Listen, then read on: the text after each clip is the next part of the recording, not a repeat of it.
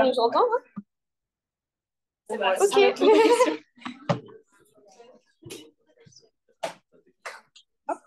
C'est bon. Du coup, on peut pas faire aujourd'hui. J'y arrive. Bon, on va pas. Attends, quoi que ça se passe. Non, on est bien en vrai. C'est pas mal.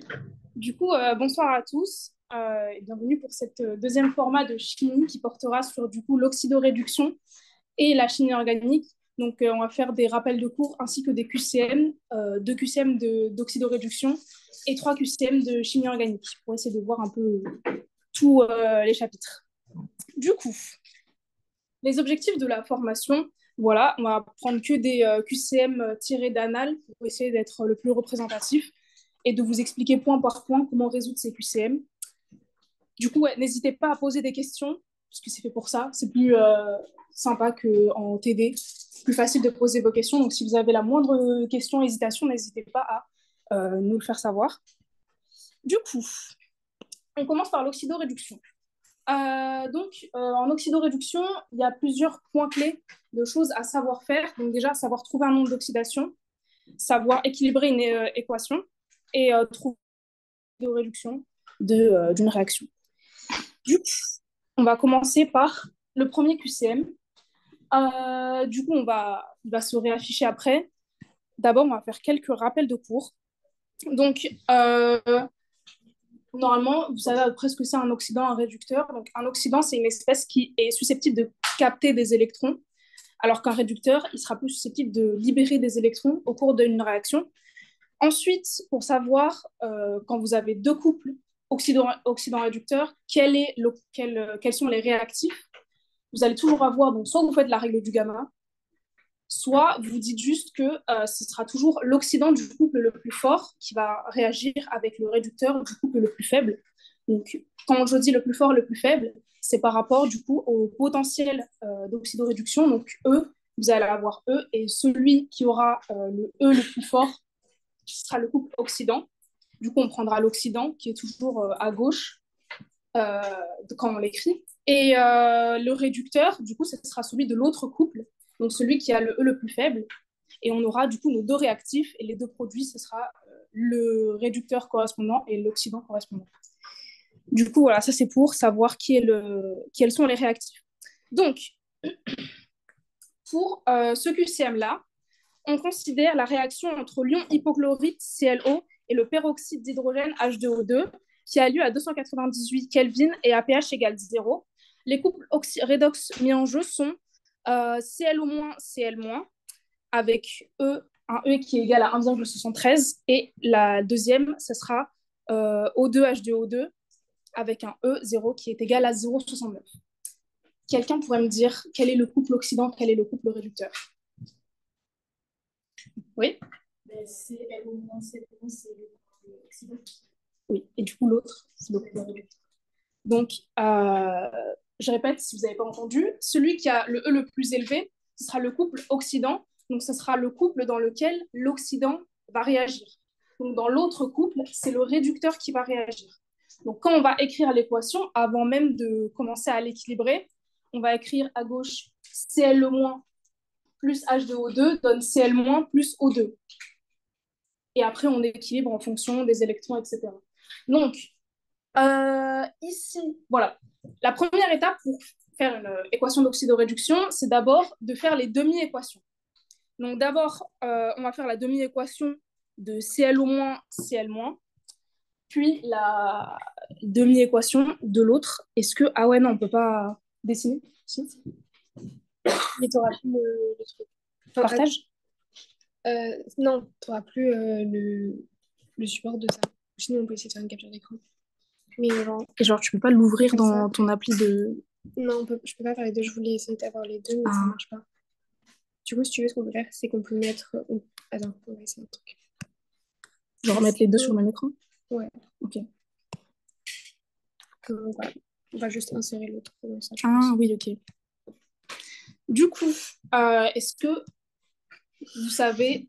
Betty, Est-ce que vous savez comment faire une demi-réaction? Est-ce qu'il y a des gens qui ne savent pas du tout comment faire une demi-réaction? Mais là, pour ça, de toute façon, je vais le faire. Donc on va avoir... Hop. Est-ce que vous voulez qu'on grossisse un peu le QCM? Est-ce que vous voyez comme ça? Bah, après, le QCM, ouais. Après, ce qui est important, c'est surtout... là, c'est juste pour qu'on sache à quel QCM on répond. Ouais.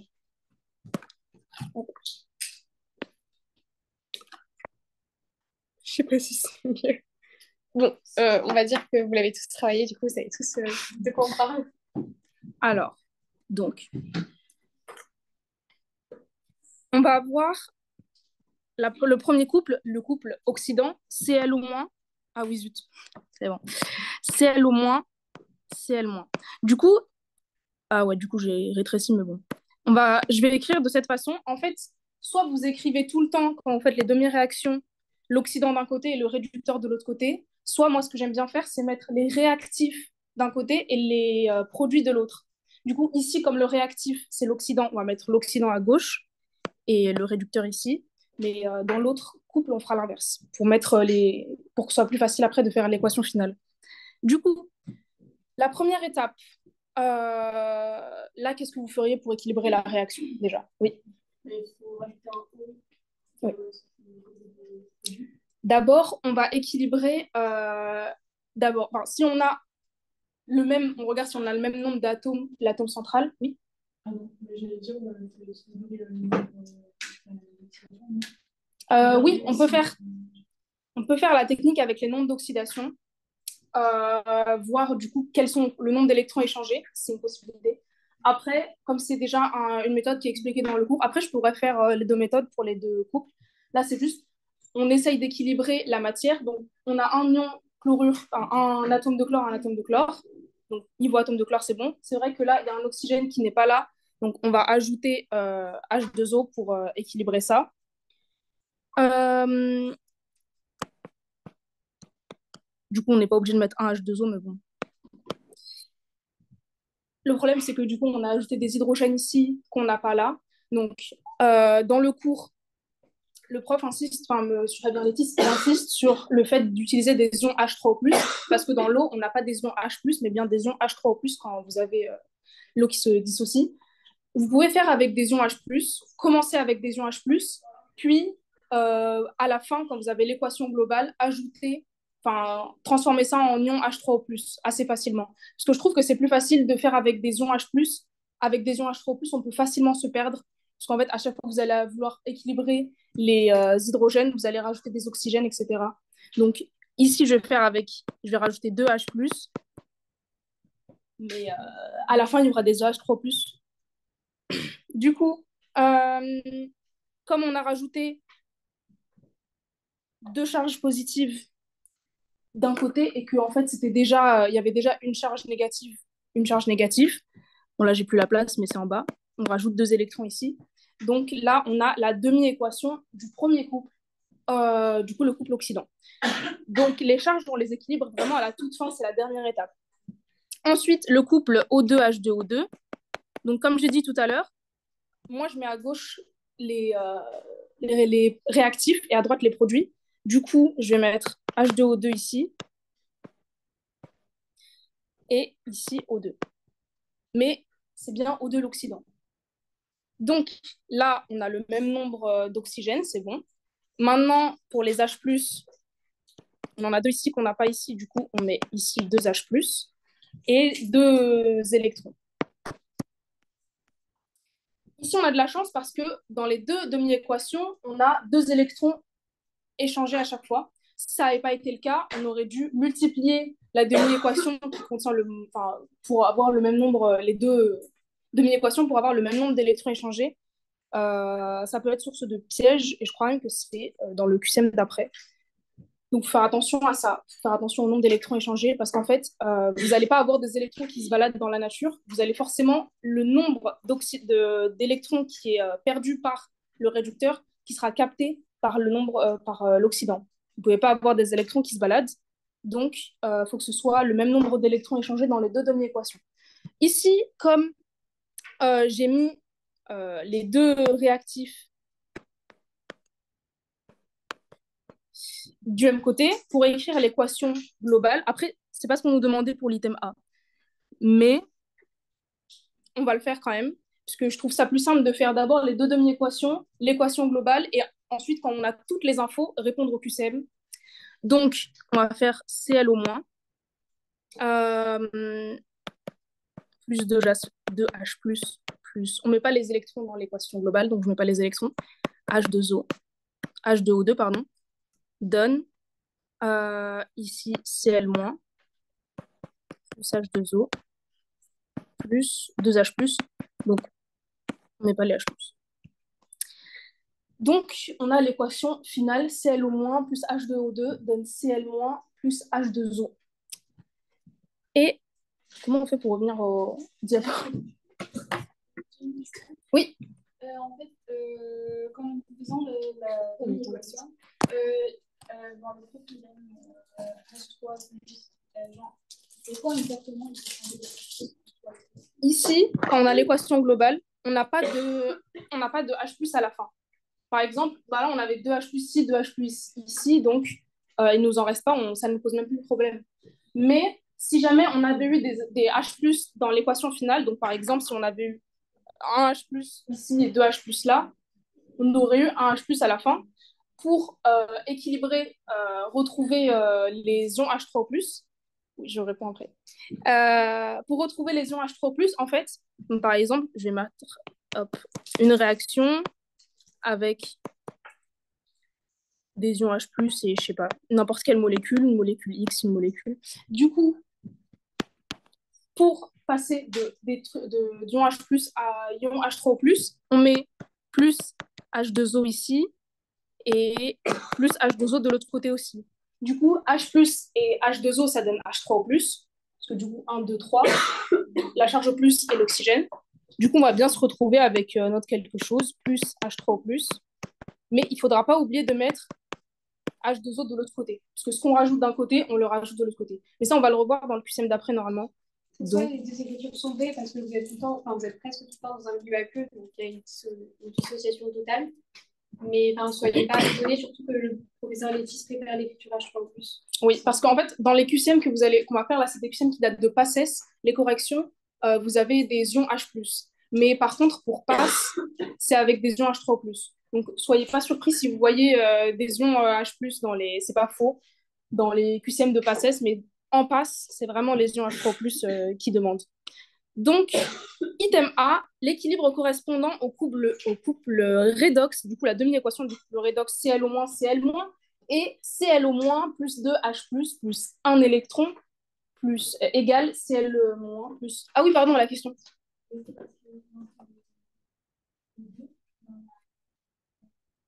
O2? Peut-être, c'est possible. Ah oui, en effet. Alors, O2... Et c'est pareil, elle vous a conseillé de commencer avec H+, et après rajouter à la limite de H2O pour faire H3+. C'est la même chose si vous vous retrouvez à pH 14 et que vous devez faire avec des H-, je vous conseille aussi de faire avec H+, et après changer. Comme ça, vous avez une méthode de base et vous la modifiez petit à petit en fonction du cadre. Moi, j'ai beaucoup de mal à...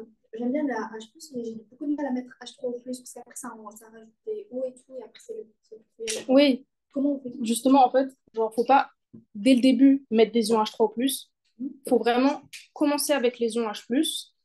Et à la toute fin, une fois que tu as l'équation globale, donc ici, il manquait bien le H2, je l'ai rajouté, le O2, pardon. Une fois que tu as l'équation à la toute fin, tu traduis, entre guillemets, les H+, en H3O+. C'est vraiment à la toute fin. Et en fait, ça reviendra au même? Oui, ça revient au même. C'est juste parce que, en fait, les H3O+, et les H+, la seule différence entre un ion H+ et un ion H3+, c'est une molécule d'eau. Donc, en fait, pour passer de l'un à l'autre, on ajoute une molécule d'eau, mais ce qu'on ajoute d'un côté, il faut l'ajouter de l'autre côté. C'est juste ça qu'il faut se rappeler. Sinon, on n'a plus la flèche. Il faut toujours que pendant que vous équilibrez vos équations, c'est le même nombre d'atomes et le même type d'atomes des deux côtés. Ça, je crois que c'est le plus important quand vous commencez. Je réussis. Ah, c'est bon. Ok. Donc, pour l'item A, qui m'est vrai, qui m'est faux. Oui, d'ailleurs.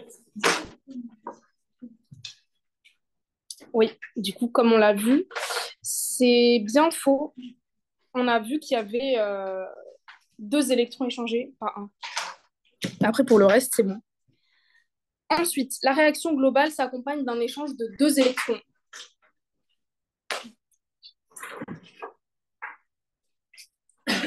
C'est vrai, on l'a vu. La variation du potentiel standard. Ok, donc la variation du potentiel standard, ce sera en fait, déjà les potentiels, vous voyez, ici c'est les E, et la variation de potentiel, ce sera du coup la différence entre les deux. Donc la variation du potentiel standard de la réaction globale est de 2,42 volts. C'est faux.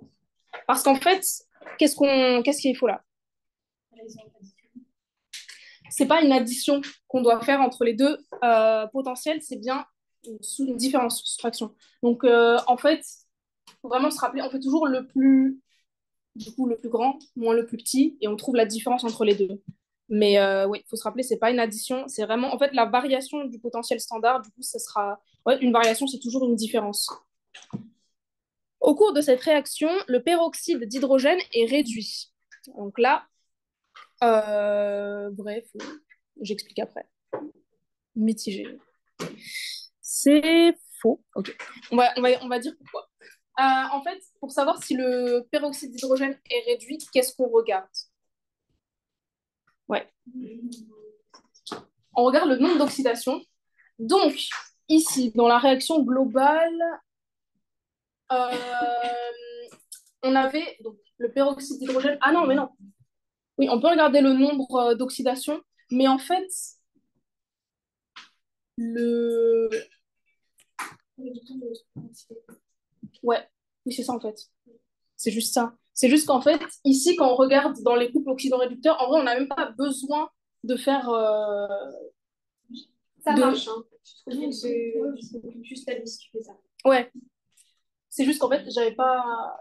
C'est bien le peroxyde d'hydrogène, c'est pas l'atome d'oxygène. Du coup, on regarde pour savoir qui est l'oxydant, qui est le réducteur. L'oxydant, il sera toujours de ce côté et le réducteur de ce côté. Pendant une réaction d'oxydoréduction, on va toujours avoir l'oxydant qui sera réduit et le réducteur qui sera oxydé. Oui. Mais pourquoi des fois dans le deuxième couple, on inverse, quand on fait les demi-équations, on inverse sur l'oxydant et le réducteur enfin, Ah, quand j'ai fait la demi-équation, ouais, ça vous a perturbé? Parce que moi, je ne sais jamais quand est-ce qu'on doit inverser ou pas. En fait, quand on fait les demi-équations, tu vois, c'est des doubles flèches. Donc en fait, ça ne change pas grand-chose que tu les mettes d'un côté ou de l'autre. Mais moi, je le mets... En fait, ce que font la plupart des gens, c'est de mettre les réactifs du même côté pour qu'ensuite, quand tu écris ton équation, ce soit plus simple de mettre les réactifs ensemble et les produits ensemble. Ah, ok, c'est juste pour ça. En gros, c'est juste on met le CLO et le H2O. Et le H2O. Du même côté. Oui. Ça, okay. En plus, ici, on vous disait que la réaction elle a lieu entre le CLO et le H2OD. Donc, en vrai, il n'y avait pas besoin de faire la règle du gamma. Mais c'est pas forcément donné, pas forcément dit. Mais du coup, oui. Du coup, c'était faux parce que le peroxyde d'hydrogène, il est oxydé, puisque c'est le réducteur. Donc, l'équation de la réaction ayant lieu entre ces deux couples est ClO- plus H2O2 égale O2 plus Cl- plus H2O.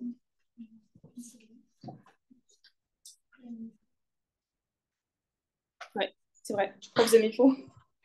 Moi, j'avais inversé les deux, j'avais le avril et le Ok. Et du coup, c'est l'équation qu'on a écrite tout à l'heure. C'est pour ça que j'ai dit que c'était plus pratique de faire les deux demi-équations, écrire directement l'équation, parce que souvent, dans ce genre de QCM, vous pouvez parcourir les items pour voir à peu près ce qu'on vous demande. La plupart du temps, on va vous demander l'équation globale, donc il vaut mieux tout faire d'un coup, et ensuite, quand vous avez toutes les infos, faire le QCM.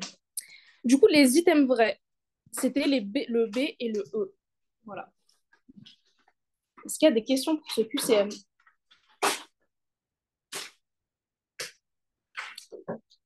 QCM2. Du coup, un peu plus compliqué, mais bon, ça se fait.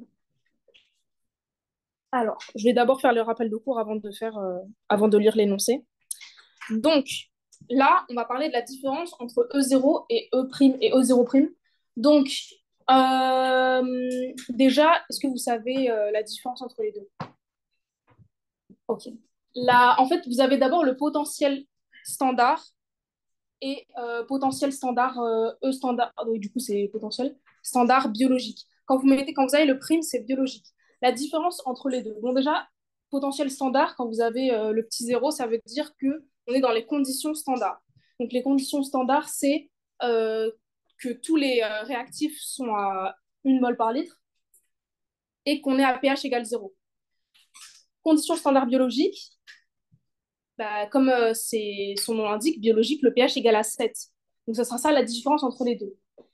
Il y aura du coup une différence entre E0 et E0' quand on aura par rapport au H+, ou H3O+, dans la réaction. Parce que du coup, quand vous avez une présence de H+, dans la demi-réaction ou la réaction, ils seront différents.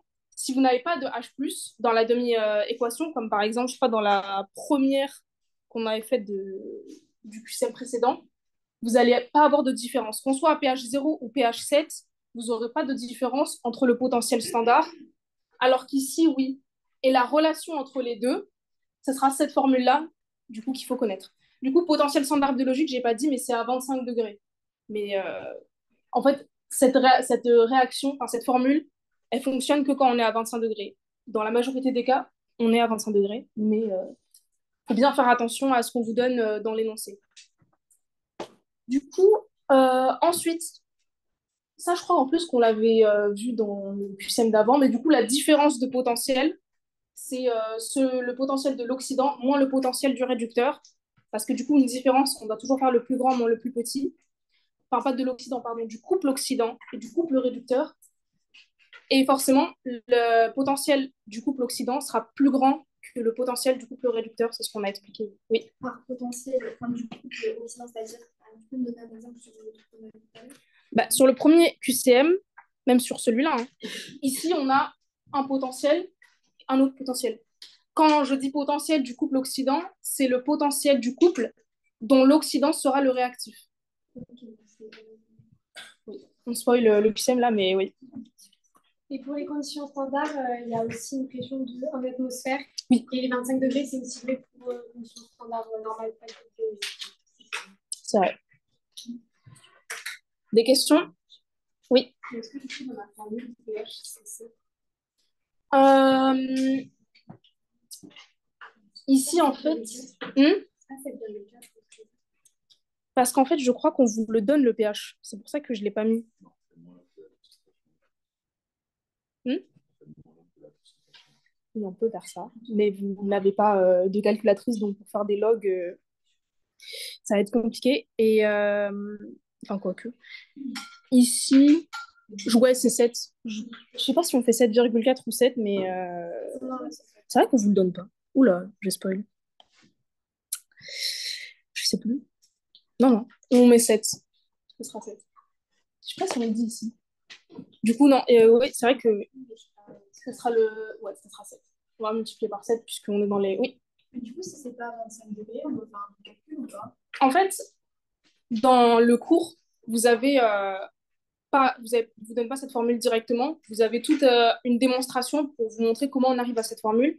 Et juste avant, on vous donne la formule générale. Et là, c'est juste après. Parce qu'en fait, j'ai mis que cette formule parce que dans le QCM d'après, on va l'utiliser. Mais la formule que vous avez juste avant dans le cours, c'est la formule du cas général. Okay. Et là, c'est le cas à 25 degrés. En fait, il y a des formules, il y a des logarithmes et tout, du coup... Oui, mais en fait, quand on vous donne... Normalement, ici, par exemple, bon là, on vous donne ça comme... En fait, si vous avez besoin de logarithme de quelque chose, ce sera donné logarithme de quelque chose égal. C'est tout le temps des calculs qui sont faisables. Okay. Normalement. Oui. C'est quoi le x sur n? C'est quoi le x? Oui. N, c'est le nombre d'électrons échangés. Et X, le nombre de moles de H+. C'est la concentration. Oui. La concentration. Et du coup, c'est... La concentration. C'est la concentration. J'ai mis nombre de moles. Parce qu'en fait, la concentration, on l'a pas. On nous donne que dans le... Quand on fait l'équation, on a juste le nombre de moles.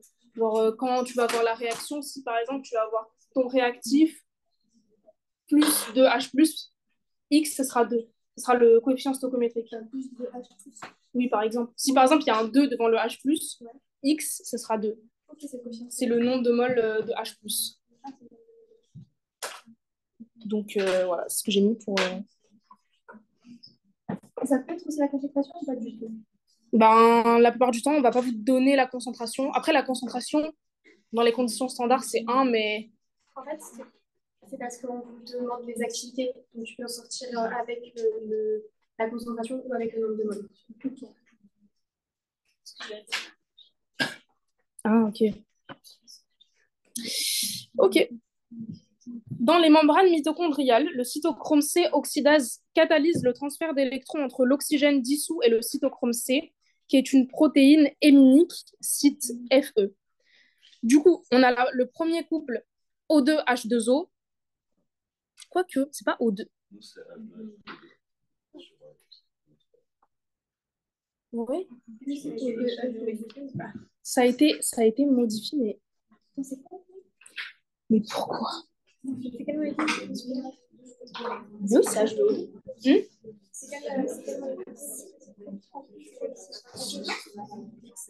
Comment ça H2O? Enfin, c'est le même couple que celui d'avant.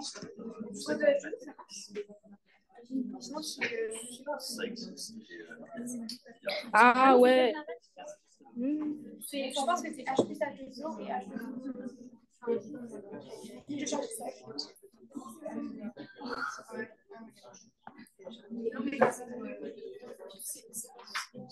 Est-ce que ça change un peu la réaction du coup? C'est soit H2O, H2, soit O2, H2O. Ah non, non, c'est H2O, c'est H2O. Mais O2, H2O, c'est un peu... Non, non, c'est bien H2O. C'est juste qu'il y avait une erreur dans votre sujet, mais normalement ça a été modifié et je ne sais pas si ça a été mis à jour sur la librairie, mais ça le sera. Ça sera mis à jour. En tout cas, sur la correction, c'est H2O. J'ai fait avec H2O, donc c'est H2O. Oui, ça a été changé à la dernière minute en fait. Mais vous avez vous avez H2O2 ici, partout? Non, mais ils ont que sur position de réponse. Ici, il n'y a pas H2O, H2O2. On est d'accord. Mais là, oui. Du coup, non, c'est une erreur. Donc, alors, ça dépend. Vous avez deux versions. La bonne version, c'est celle-là. Parce que c'est pas le même couple. Celui d'avant, c'était pas le même E. Tout à l'heure, vous aviez E égale 0,69 et là, c'est 1,23. Donc, c'est pas le même couple. C'est pas O2H2O2, c'est sûr. Après, non, c'est O2H2O. Donc, pour tous ceux qui avaient, qui avaient fait avec, s'il vous plaît, c'est important. Tous ceux qui avaient O2H2O2 comme couple, c'est bien O2H2O. Et on va faire la correction avec le couple O2H2O. Donc, corrigez ça. Et de toute façon, sur la correction que vous aurez dans la librairie, ça sera O2H2O. Donc, en plus, on va faire la demi-réaction maintenant. Du coup, la demi-réaction du couple 1, bah, du coup, elle va être vraie ou faux, mais vous n'avez pas fait avec les bons trucs. Donc, vous allez avoir... On peut refaire. Du coup, hop. Je crois que j'ai compris comment ça fonctionne. C'est OneNote? Ok.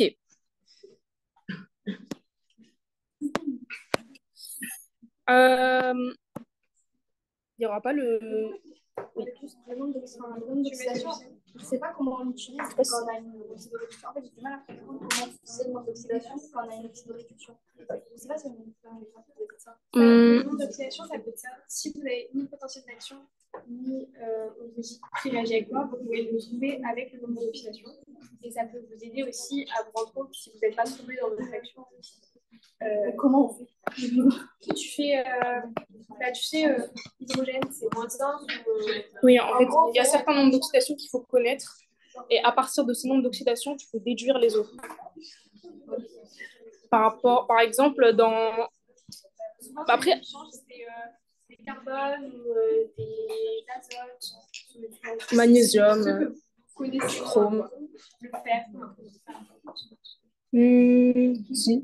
Enfin, FO2+, FO3+, mais du coup, ce sera... Oui. Bah, en fait, soit si vous avez un corps pur, ce sera soit, si c'est un corps pur qui est neutre, par exemple O2, ça sera 0. Par contre, s'il est chargé comme Fe3+, ça sera 3, plus 3 du coup. Donc, ça sera la charge. Et après, quand vous avez des molécules avec différents atomes, bah, par exemple, H2O2, ce n'est pas un bon exemple parce que c'est un cas particulier où on a normalement O2, enfin, oxygène, c'est -2, mais dans H2O2, il est -1. Parce que sinon, la molécule, elle n'est pas neutre. Mais après, si on a le temps, en vrai, je pourrais faire un exemple. Non, je vais essayer de m'en rappeler. Mais sinon, oui. Est-ce qu'on aura le temps? C'est ça la question. Après, non, il n'y a pas de... Alors, donc, c'est pas ça. Donc, le couple, c'est O2H2O. Et du coup, regardez bien, puisque vous n'aviez pas le même couple apparemment. Donc, regardez comment faire la demi-réaction. Donc, hop, on met le réactif CO2. Oui. Réactif O2, produit H2O. Donc là, on a plus de H+, ici, enfin d'atomes d'hydro, même nombre d'oxygène. Ah non, quoique. Non, on n'a pas le même nombre d'oxygène, pardon. Là, on a le même nombre d'oxygène. Il faut faire dans l'ordre, enfin, faut faire dans l'ordre. Donc, vous faites tous les atomes qui ne sont pas des hydrogènes ou des oxygènes, puis le nombre d'oxygène, puis le nombre d'hydrogène, puis le nombre d'électrons. Si vous faites dans l'ordre, normalement, vous ne pouvez pas vous tromper.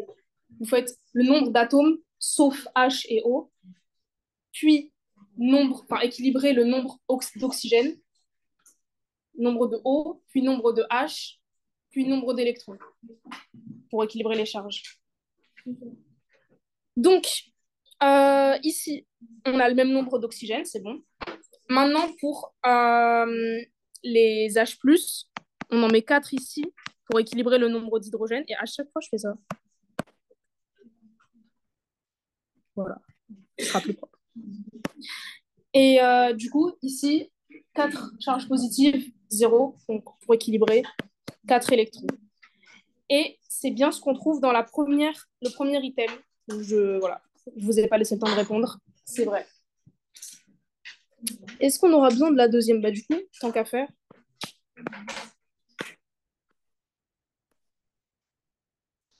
C'est FE. Ouais, merci. Du coup, vous avez cytochrome, vous ne le prenez pas en compte, c'est pas un atome, c'est une molécule. On prendra juste en compte Fe3+, et Fe2+, parce que c'est la seule chose qui change. Donc, vous allez faire cytochrome. Après, on vous dit que ça réagit avec cytochrome. Bah, j'aurais pu ne pas l'effacer. Fe2+. Donc, je le mets de ce côté parce que c'est le réactif. Mais c'est bien le réducteur. Et du coup, cytochrome Fe3+, plus un électron. OK. On n'a pas le même nombre d'électrons. Donc, on va devoir multiplier cette demi-équation par 4 pour pouvoir faire l'équation globale. Hop. Donc, on va avoir 4 sites Fe2+, plus 4 sites Fe3+, enfin, donne 4 sites Fe3+. Donc ça, c'est important. Entre la parenthèse, ça veut dire 4 aussi. En fait, si je l'écrivais bien, je devrais faire du coup ça. J'écris super mal. Hop. C'est plus clair comme ça? Là. Voilà. Là, c'est plus rigoureux. Donc, là, on est obligé de multiplier parce qu'on n'a pas le même nombre d'électrons échangés, c'est dont je vous parlais tout à l'heure. Des fois, vous tombez sur une équation avec le même nombre d'électrons échangés, comme tout à l'heure, c'était 2 et 2.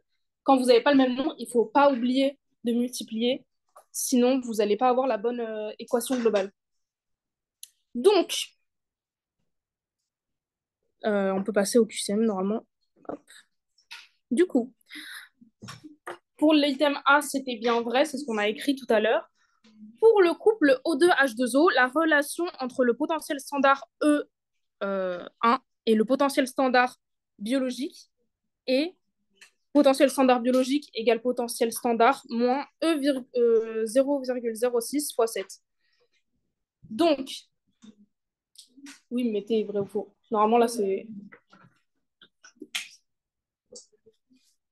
Du coup, c'est vrai pour ceux qui ont répondu. Pour ceux qui ne savaient pas répondre, c'est la réaction, enfin, c'est l'équation qu'on a mis juste ici, qu'on a utilisée.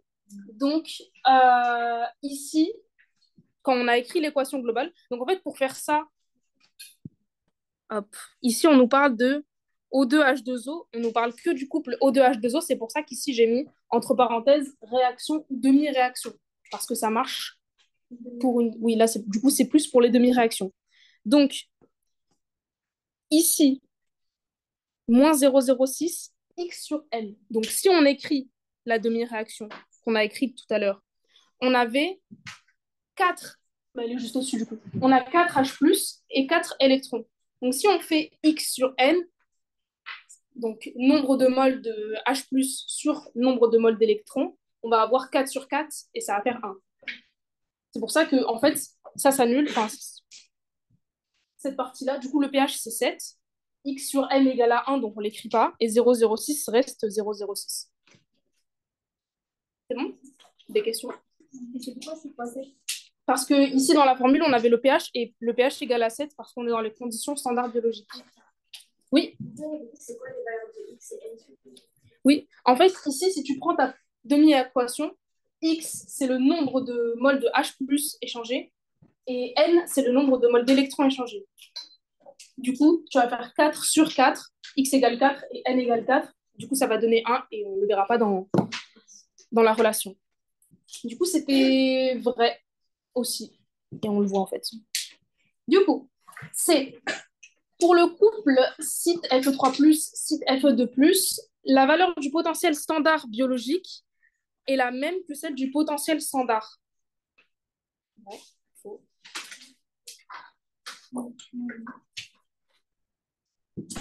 Mitigé. Ceux qui mettent vrai, pourquoi? C'est vrai. Du coup, c'est vrai. C'est vrai parce que ici, je vous ai dit, on a le potentiel standard biologique. Et s'il n'y a pas de H+, comme on a fait les demi-équations, dans la demi-équation de site Fe3+, et site Fe2+, on n'a pas mis de H+. Donc, il n'y a pas de variation entre E0 et E0', ça, en fonction du pH. Puisqu'en fait, la seule différence entre les deux, c'est le pH. Donc, si on ne fait pas intervenir d'ion H+, dans les demi-réactions, on n'aura pas de différence entre les deux potentiels. Est-ce que c'est clair? C'est parce qu'il y a le même nombre de H+, en fait. Il n'y a pas de H+. On n'a pas d'intervention de H+. Il y a même pas, on n'a même pas mis quand on a fait la demi-réaction. On a mis juste des électrons et des cytochromes. Du coup, c'était vrai. Ok, l'équation globale, on l'a écrite tout à l'heure. Ayant lieu entre les deux couples est O2 plus 4H+, plus cytochrome F3+, donne cytochrome Fe2+, plus 2H2O. Et qu'est-ce qu'on a écrit tout à l'heure? Du coup, vrai, faux?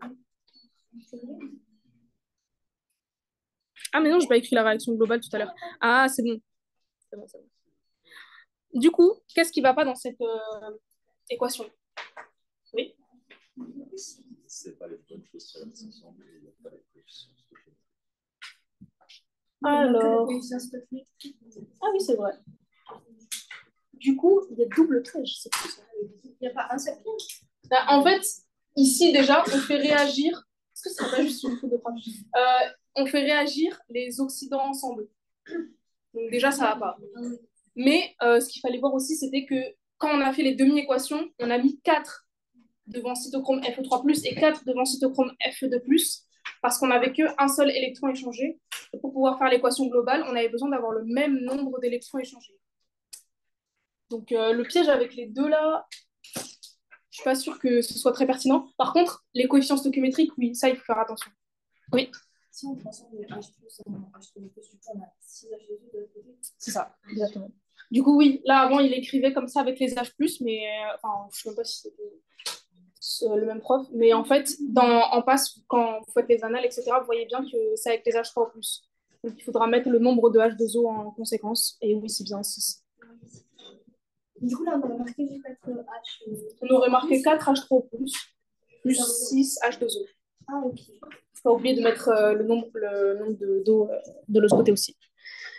Et la variation du potentiel standard de la réaction globale est plus 1,58.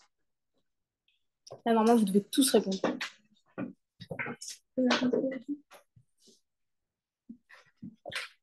C'est le même item que le QCM d'avant, c'est faux. Là, on a fait encore une addition et pas une différence. C'est bien une différence, la variation de potentiel standard. Donc, c'était les items A, B et C pour ce QCM. Est-ce que vous avez des questions? Oui? En fait, c'est pas à propos du QCM, mais il y a et on a calculé le nombre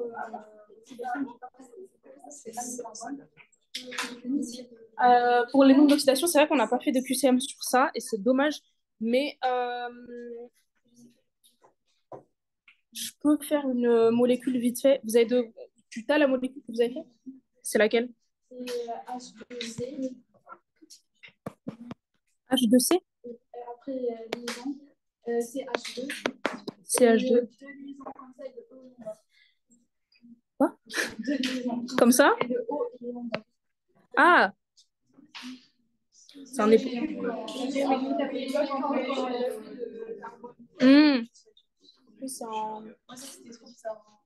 un époxyde. Bon, après, pour trouver les nombres d'oxydation des deux carbones, c'est le même du coup. Bah, tu cherches pour deux carbones et après tu dis ça je pense pas que pour donner quelque chose. Elle est bizarre cette molécule. Deux mêmes atomes. Après, pour trouver du coup le nombre d'oxydation, si je devais trouver une oxydation de C, est-ce que tu l'as, la bonne réponse? Plus 3. Ici, on a moins 1 fois 2. Ici, on a moins 2. Normalement. Ah! Ok.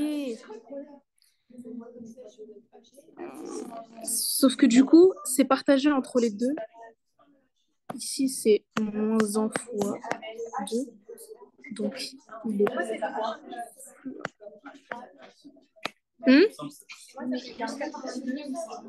Bah non, parce qu'en fait, ici, il y a moins 2 qui est partagé entre les deux carbones. Oui, mais tu as besoin de la géométrie pour trouver une oxydation. Oui, certes.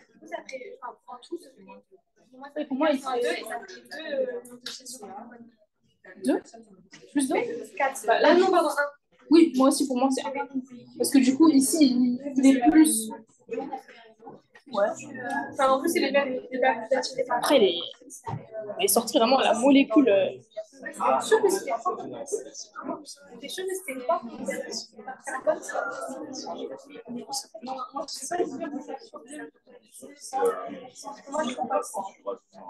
Par exemple, je crois que CO2. Je crois que c'est ça. Ça, c'est mieux pour les nombres d'oxydation, ça, c'est celle du coup. Oui.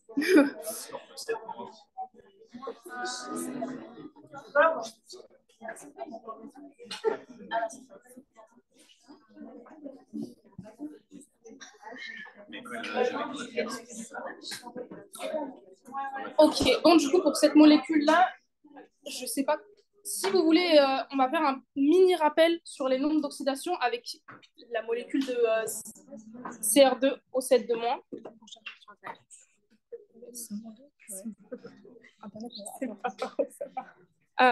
Du coup, le nombre d'oxydation du chrome, ça c'est l'exemple qu'il y a dans le cours. Pour trouver le nombre d'oxydation du coup, O7, enfin O, le nombre d'oxydation de l'oxygène, c'est à savoir, c'est moins 2.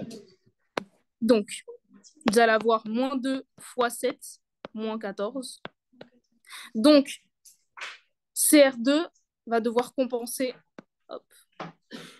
Il ne va pas devoir compenser moins 14 parce que la molécule elle est chargée 2 fois négativement. Il va juste devoir compenser moins 12. Donc, il sera plus 12. Mais il y a ils sont 2 pour compenser moins 12, plus 12. Enfin, ils sont 2 à plus 12, donc chacun sera à plus 6. Mais du coup, R, il sera à 3. R Non, c'est le chrome. Ah, c'est le A seul. Oui. Du coup, CR sera plus 6. Et après, pour... Bah non, du coup, ça, c'est 4.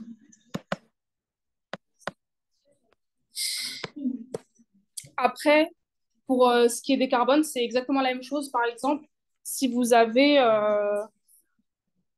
des molécules, c'est vraiment... Si vous avez des molécules de carbone, c'est pareil. Le carbone, il va compenser. Donc, par exemple, je vais prendre aussi celle du cours. Si vous avez un carbone qui est relié à un hydrogène et un OH, ici, le carbone, par rapport à ce H-là, par rapport aux deux hydrogènes, les deux hydrogènes sont... Oula, c'est clair. Hop.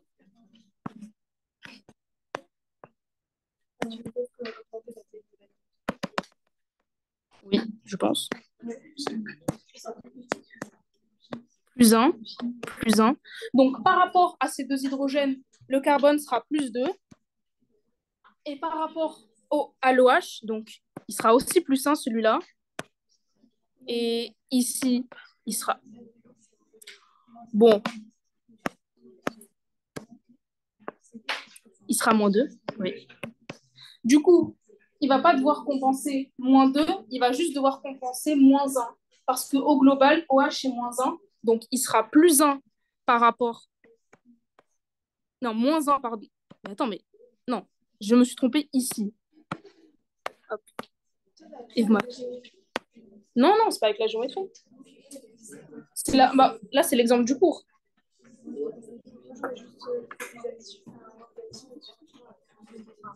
Oui. Oui, par exemple, si c'était écrit comme CH2OH, on peut faire comme ça aussi. Non, mais je veux dire, c'est parce que j'ai repris comme c'était écrit dans le cours, mais la plupart du temps, c'est donné comme ça. Du coup, là, il est plus 1. Du coup, au global, la molécule, elle sera moins 1. Le carbone sera moins 1.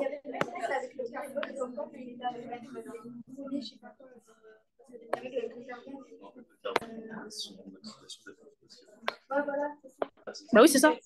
Par contre, si ici, il est relié à un autre carbone, on va pas compenser l'autre carbone. Il sera 0. En fait, ce qu'il faut retenir, c'est que quand tu calcules le nombre d'oxydation de ce carbone, lui, il est égal à 0. Mais par contre, quand tu peux le calculer à part. Je sais pas si c'est clair. En fait, par exemple, on va dire que tu calcules le nombre d'oxydation de ce carbone. Tu trouves moins 2. Et ben quand tu vas faire celui-là, tu vas pas prendre ça en compte. Non, non. En fait, genre, quand tu vas calculer, en fait, il faut prendre en compte les carbones avec leur environnement. Mais en fait, ici, par exemple, on va dire que tu fais la molécule, ça c'est relié à d'autres trucs. Ici, il sera, là, par exemple, un CH2, il sera moins 2. Quand tu vas calculer le nombre d'oxydation de celui-là, tu vas prendre en compte les H, tu vas prendre en compte le OH, tu vas pas prendre en compte l'autre carbone. Ils sont dépendants de chacun. Oui.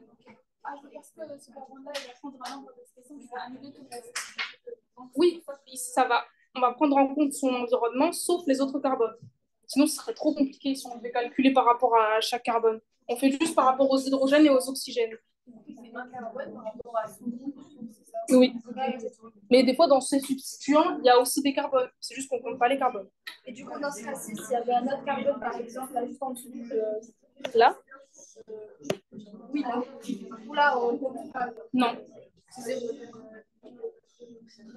Hop. J'ai pris plus de temps que prévu. Du coup, là, c'était juste pour le rappel sur les nombres d'oxydation. On va passer à la chimie organique. Ça prend du temps aussi.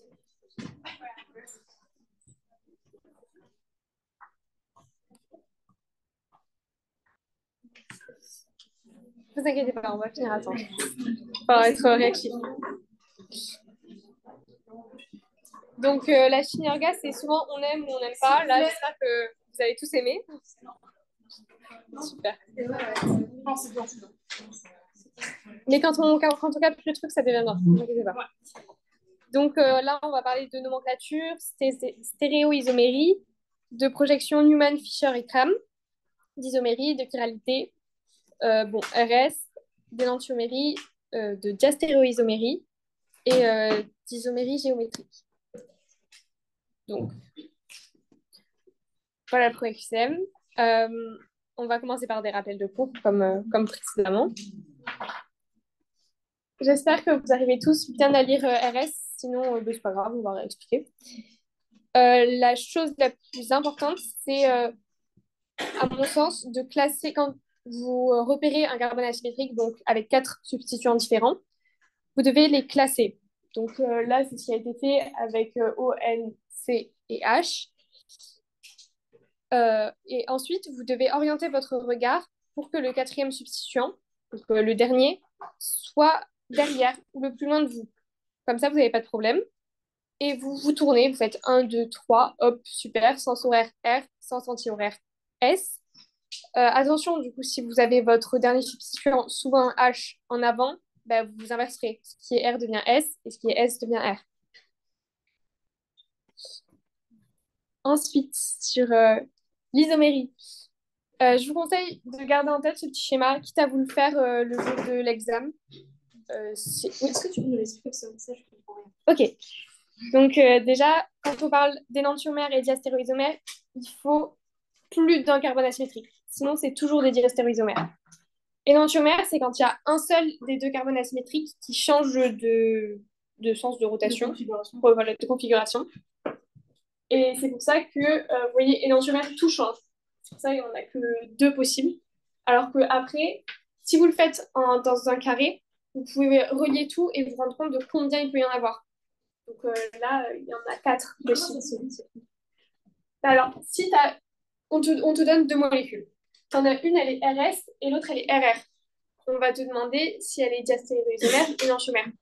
Tu relis, tu vois qu'il y en a un seul qui change, c'est diastéréoisomère. C'est la définition de diastéréoisomérie. En fait, tu vas avoir 2 carbones asymétriques et ils auront tous les 2 leur configuration. Si par exemple, dans l'autre molécule, les 2 configurations, c'est l'opposé, c'est des énantiomères. Et si c'est genre, il n'y en a qu'un seul qui change, ce sera des diastéréoisomères.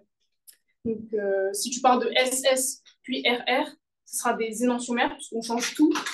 Mais si tu changes qu'un des 2, donc par exemple, tu changes le premier, tu as RS, tu changes le deuxième, tu as SR, ce sera des diastéréoisomères. Mais du coup, on parle d'une molécule et après 2 molécules. C'est un couple, c'est possible à chaque fois. Oui.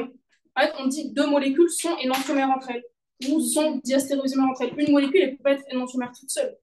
C'est pour qualifier la relation entre 2 molécules. Du coup, on compare avec une molécule, elle est RS et l'autre, elle est SS.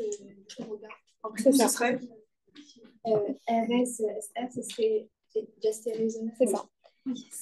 Mais gardez en tête que si tout change, c'est énantiomère. C'est pour ça que quand il y a un seul carbone, il y a un couple avec un carbone asymétrique qui change, c'est obligatoirement énantiomère. Par contre, si vous pouvez avoir des molécules avec 3 carbones asymétriques, et on peut vous demander, oui, mais soyez pas étonnés si vous en voyez une fois avec 3.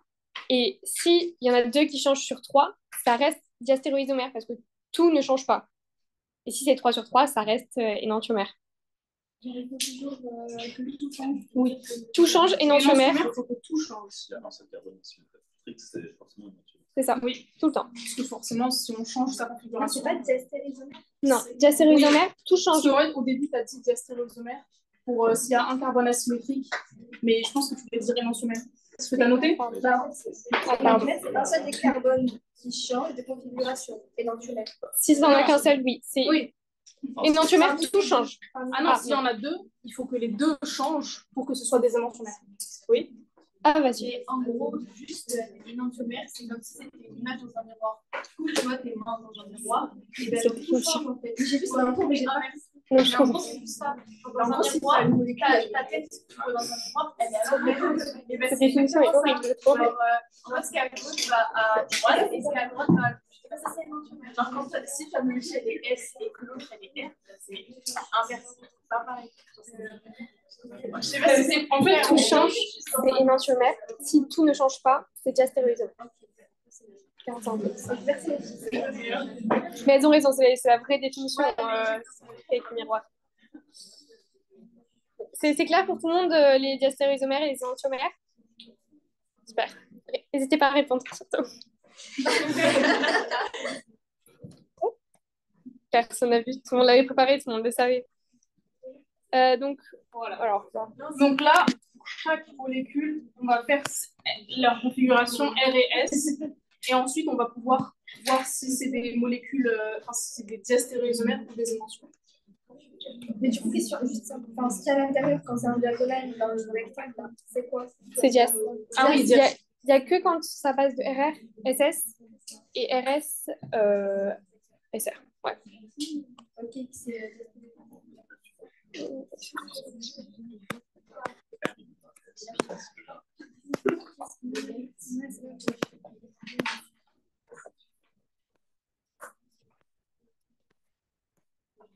Donc, on la refait.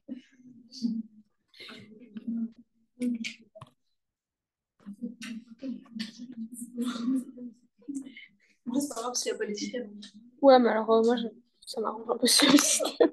Je t'avoue. Oui. Hop.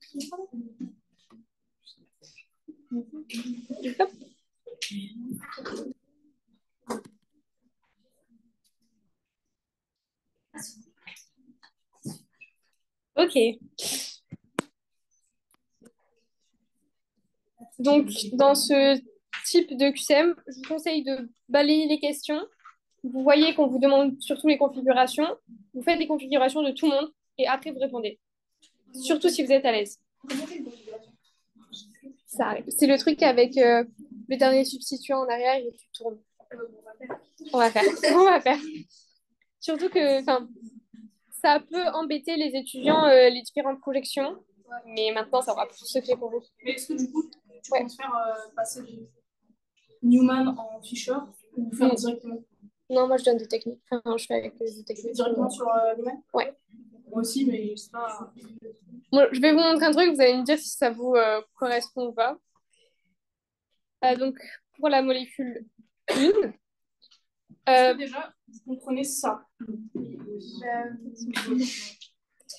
Alors, vous imaginez votre molécule en perspective cavalière et c'est comme si on l'avait aplati contre... Ouais, exactement. Donc en fait, ici, tu as deux carbones. Vous avez les deux carbones en 3D et c'est comme si vous regardiez en face de la molécule. Donc là, vous avez le carbone, je ne sais pas si c'est le carbone 2 ou 3, mais vous avez un carbone et ces trois substituants. Et derrière le cercle, vous avez un autre carbone et là, c'est trois substituants. Le cercle, ça varie. Le cercle, si, oui. C'est pour que tu saches qui est en arrière et qui est en avant, en fait. Parce que ceux qui croisent le cercle, ils sont en avant et ceux qui croisent derrière le cercle, c'est en arrière. Ça sert à ça. S'il n'y avait pas de cercle, hein? Non, tu n'imagines pas ça, toi. C'est comme si là, tu avais une molécule comme ça, donc elle est comme ça, et là, elle s'aplatit. Et du coup, ceux qui au-delà du cercle, enfin, ceux qui croisent pas le cercle, c'est ceux-là, et ceux qui croisent le cercle, c'est ceux-là. Ceux qui croisent le cercle, ceux-là, non, ceux qui croisent pas le cercle, regarde. Là, tu vois, ça dépasse. C'est ceux-là. Par contre, ceux-ci, c'est ceux qui sont devant. C'est bon? L'intersection, c'est seulement dans... Oui, c'est ça. Donc, il y a deux carbones. Oui, il y a deux carbones toujours. Ici. Et après, si par exemple, on vous demande le nom de la molécule, il ne faut pas oublier les carbones qui sont là et là. Donc là, c'est une chaîne à 4 carbones. Ici, tu en as 1, 2, 3, celui qui est derrière, 4. Vous voyez là? Oui. Il y en a 2 dans le cercle. Et après, il y a les substituants, comme d'habitude. Ceux qui sont ici, c'est les carbones asymétriques. C'est ceux qui vont nous intéresser. Mais si, des fois, on peut vous demander le nom de la molécule. Oui. La chaîne principale, oui. Parce que là, c'est possible d'avoir des CH3 qui ne font pas partie de la chaîne principale. Mais là, en l'occurrence, ils en font partie. Mais c'est pas possible d'avoir de projection de Newman s'il y a plus de deux carbones asymétriques. Ah ouais. En tout cas, cette année, on ne vous posera jamais la question. Jamais. Oui. Tes métiers, ils sont marqués? Ça, c'est un métier, par exemple. C'est pas vraiment un métier, puisque du coup, il fait partie de la chaîne principale. Par exemple, imagine. Ça sera écrit pareil. Ce sera exactement de la même manière. La même chose, c'est juste que, admettons, lui est remplacé par un. Le truc, c'est que si celui-là est remplacé par un CH3, c'est plus un carbone asymétrique. Mais imagine, tu remplaces celui-là par un CH3. on aura un des deux CH3 qui fera partie de la chaîne la plus longue et l'autre qui sera un méthyle.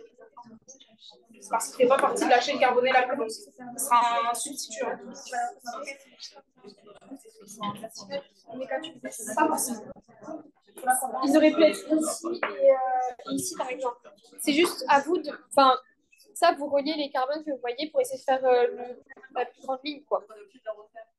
Enfin, ou sinon, vous réussissez à vous le représenter là, devant, derrière, en bas, ou devant, derrière, sur le côté. C'est celle-là, premier, il y en a une seule carbonée là. Ça, la chaîne. Avec le carbone. Oui. Est-ce que vous pouvez parler un peu moins fort qu'on puisse. Parce que les explications, elles intéressent tout le monde. Je pense que si vous êtes là, c'est que vous avez besoin de comprendre. Donc, vas-y. Ah, bah en fait, tu peux faire lequel carbone asymétrique pour RS. C'est ça, l'action. En fait, pour savoir la configuration, tu peux faire l'un puis l'autre ou l'autre puis l'un, ça n'a pas de. Ça ne change pas. Par contre, ensuite, on va te demander, voilà, on ne le demande pas forcément, mais en fait, il faudra savoir numéroter la chaîne carbonée la plus longue. Essaie d'avoir l'indice avec la fonction principale la plus faible. Donc ici, tu as un aldéhyde. Et donc là, ça va primer. Vous devez apprendre normalement un tableau avec les fonctions en fonction de leur ordre de priorité. Et donc là, c'est le cas. Donc je fais 1, 2, 3, 4. Donc tu sais que celui-là, ce sera 2 ROS. Et après, derrière, 3 ROS. C'est bon? Oui. Et ça, on a une molécule avec les deux atomes qui sont dans le tableau. Comment ça? Dans le tableau. Oui. Oui.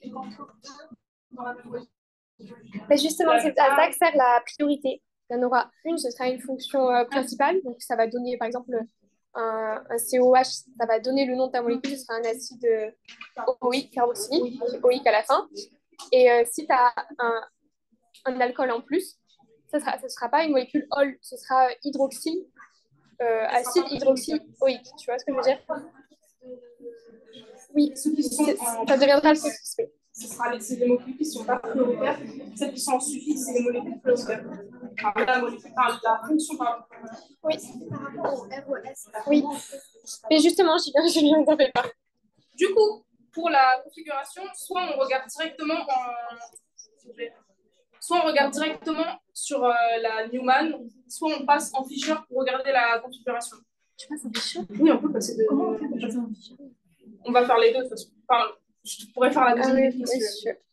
Donc, moi, ce que je vous conseille de faire quand vous êtes en Newman, vous orientez votre feuille pour vous retrouver avec le 4e substituant le plus loin de vous. Mais tournez-le, c'est pas grave, on s'en fiche, ça fait un peu ridicule, mais franchement, on s'en fiche. Et après, vous classez et vous vous dites à gauche, en haut, à droite, et vous tournez. Vraiment, tournez dans la vraie vie, tournez votre stylo. Et comme ça, vous trouvez R ou S.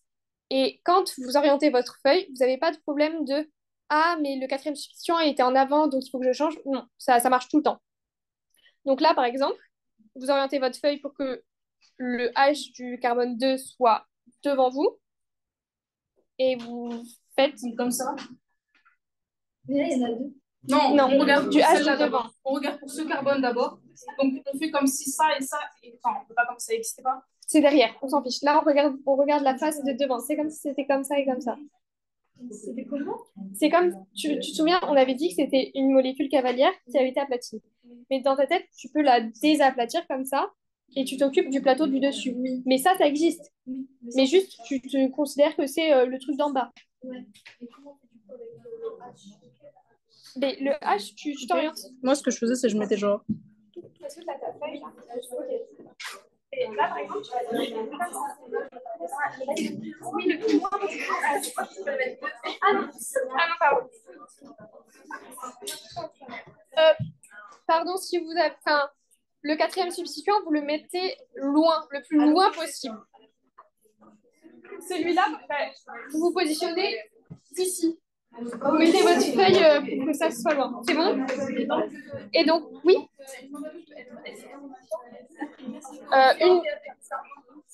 Non, parce qu'en fait, la fission doit toujours être avec le quatrième substituant en arrière. Donc, un carbone asymétrique a une configuration. Et comment c'est ça? Parce que tu le classes avec la règle CIP. C'est quel log log.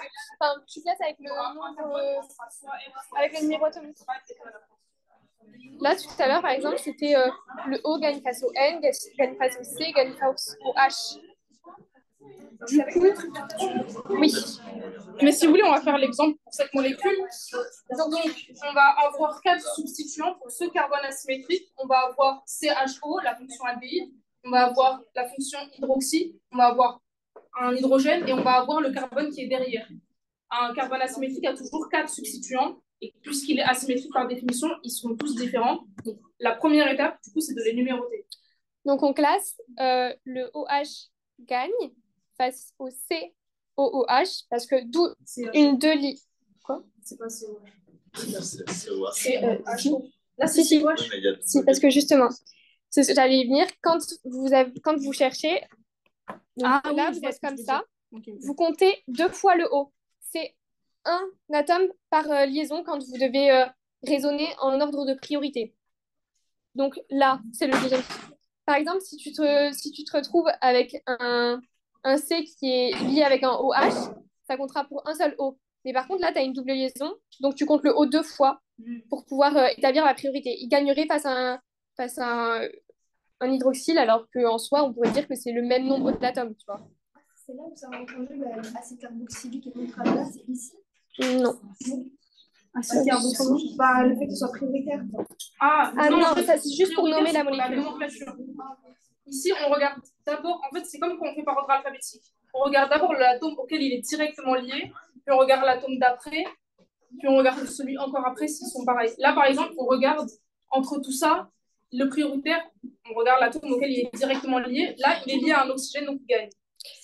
Là, il est à un oxygène, là, un carbone et un hydrogène. Donc, le prioritaire, c'est l'oxygène. Parce que c'est le nombre. En fait, on regarde par rapport à Z, par rapport au numéro périodique. Plus Z est grand, plus il est prioritaire. Donc, ensuite, on a l'aldéhyde, enfin la fonction aldéhyde, et le carbone dans dessous. Donc là, vous faites vraiment, quand je vous dis, moi je le faisais quand j'étais en bas, faites gauche, droite, en bas, vous tournez, c'est sens horaire, donc ce sera 2R. Comment t'as fait? Donc ton OH, oui, il est à l'opposé. Regarde face à ta feuille. Donc tu as gauche, droite, en bas, et donc tu relis tout, et ça fait sens horaire, c'est R. Oui. Pourquoi le carbone 2? Parce que quand on a fait la chaîne, on a regardé la chaîne la plus carbonée la plus longue, donc la chaîne carbonée principale, et ensuite, quand on fait de la nomenclature, on cherche à ce que les fonctions qui sont rattachées aient le plus petit indice. Donc là, la fonction principale, c'est l'aldéhyde. Donc, ici, c'est ton premier carbone. Ensuite, ton deuxième, ton troisième et ton quatrième. En fait, c'est parce qu'elle regarde par là. Donc, en fait, elle a tourné sa feuille pour moi, de gagne façon par rapport à l'alcool. Le plus long possible. Et ensuite, on tourne. C'est pour ça, c'est super important d'apprendre le tableau de priorité. Oui. Si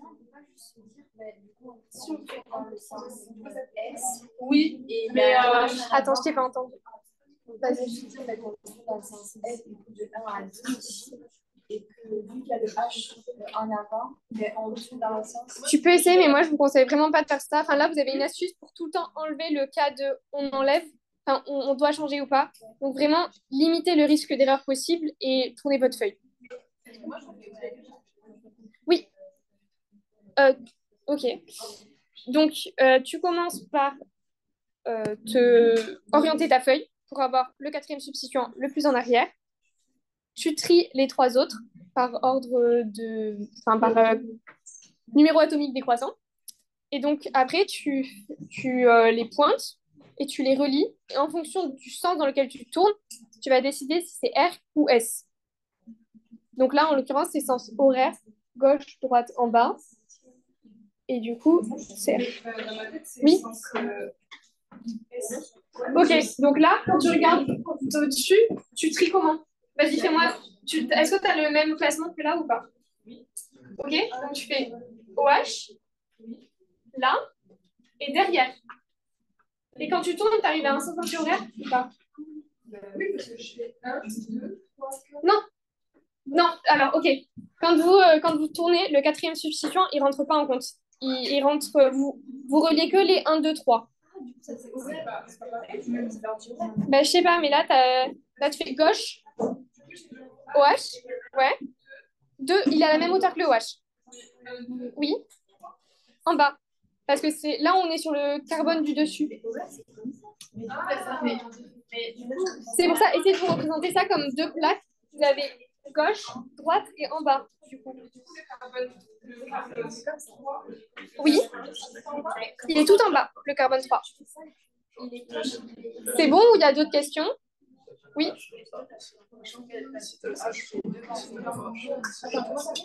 Oui. Oui.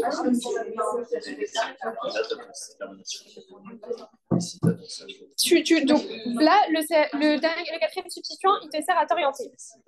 Tu relis les trois autres. Ici, ici et ici. OH, COH, C3. Et donc là, pourquoi on tourne comment quand on tourne comme ça?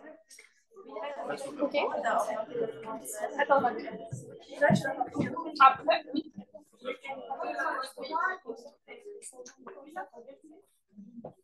Là, parce qu'en fait, il faut pas. Le truc, c'est que ici, t'as pas. C'est en 3D. Donc en fait, c'est plutôt. C'est pas vraiment comme ça que tourne.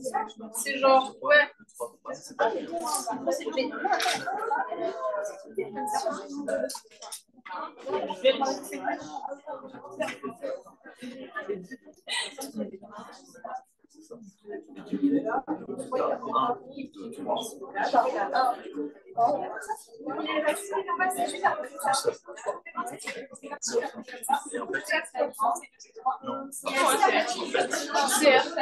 Mais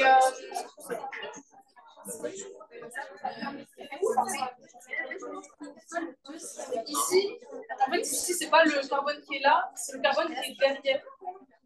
Donc en fait, on va pas tourner comme ça, on va tourner dans l'autre sens. Parce que là, c'est genre. Ouais, c'est en 3D. Imagine, tu as le carbone ici, là tu as deux carbones. On est d'accord. Tu as un carbone là, un carbone là. Ici, il va y avoir 3 substituants, et là 3 substituants. Et en fait, ici, le premier, ce sera le OH, le deuxième, ce sera le CHO, et le troisième, ce sera le Q. Du coup, en fait, si tu tournes comme ça, alors si tu visualises en 3D que tu tournes comme ça, elle est R. Il est derrière. Oui. C'est ça. Oui, parce que le H, on doit juste faire en sorte qu'il soit à l'opposé de là où on regarde. Sinon, il faut inverser. Donc, on continue avec le carbone asymétrique, enfin le C3. Donc, on réoriente notre feuille. Et pareil, on classe. Oula, j'ai un peu le OH, le carbone 2 et le méthyle. Et donc là, c'est pareil, vous tournez et vous trouvez quoi comme sens? Ouais. Est-ce que tout le monde a compris cette méthode ou est-ce que vous voulez qu'on passe en Fischer? C'est la même méthode pour Fischer et pour Newman, ça marche. Bah, pour les deux. Oui, parce qu'il faut faire attention. Par exemple, ici, si tu tournes comme ça, tu trouves S. Il faut vraiment tourner comme ça, tu vois. Mais en fait, moi, juste, j'avais le H, je sais que je trouve le H, il faut l'inverser en plus. Je sais pas si ça marche. On est d'accord sur Fischer pour inverser. En gros, c'est comment le H est Fischer, ça fonctionne. Ah, mais du coup, de là, tu passes en Fischer. Je sais pas faire je sais pas comment je passe. Bah, après ça, je peux vous le montrer.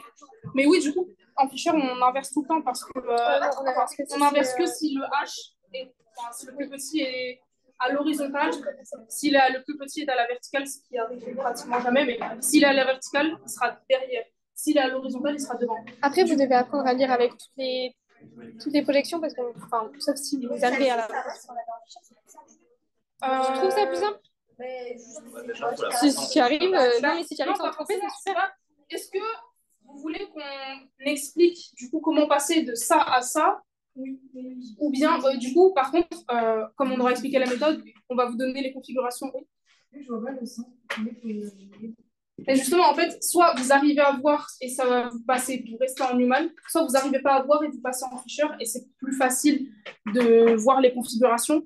Mais du coup, si on prend le temps de vous expliquer de comment passer de l'un à l'autre, on va un peu rush les QCM et juste vous donner les configurations et on va faire diastéréoisomère et enantiomère. Et ensuite, reprenez chez vous à tête opposée R et S. Mais je préfère quand même vous expliquer cette méthode parce que c'est pas forcément... Enfin, pour ceux qui comprennent comme ça, tant mieux, moi c'est ce que je faisais aussi. Mais c'est pas si compliqué de passer de Newman en Fisher. Donc après, c'est vrai que ça, au moins on est sûr de pas se tromper, quoi. Du coup, je vais faire avec ça, ça va pas marcher. Donc, est-ce que déjà, vous voyez la différence entre une Newman éclipsée et une Newman décalée? En fait, en cours, vous avez vu deux configurations Newman, éclipsée, décalée. Donc là, hop. Oui, comme ça. Et l'autre, elle fait tout ça. Je peux? Merci. Merci. Oui, en fait, c'est pour avoir la chaîne carbonée la plus longue, surtout. Donc là, on va essayer d'être en Newman éclipsé, pardon. Donc là, on est en Newman décalé. On va essayer on passe en Newman éclipsé en essayant d'avoir les deux carbones de la chaîne carbonée la plus longue à côté. Donc, hop. En gros, je vais le dessiner. Vous allez avoir, hop, ça. Non, pas comme ça. Comme ça, plutôt.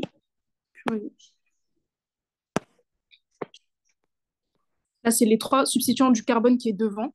Et vous allez avoir, du coup, en fait, on va tourner. C'est comme si, en fait, on a une simple liaison, donc on peut tourner autant qu'on veut autour de la simple liaison.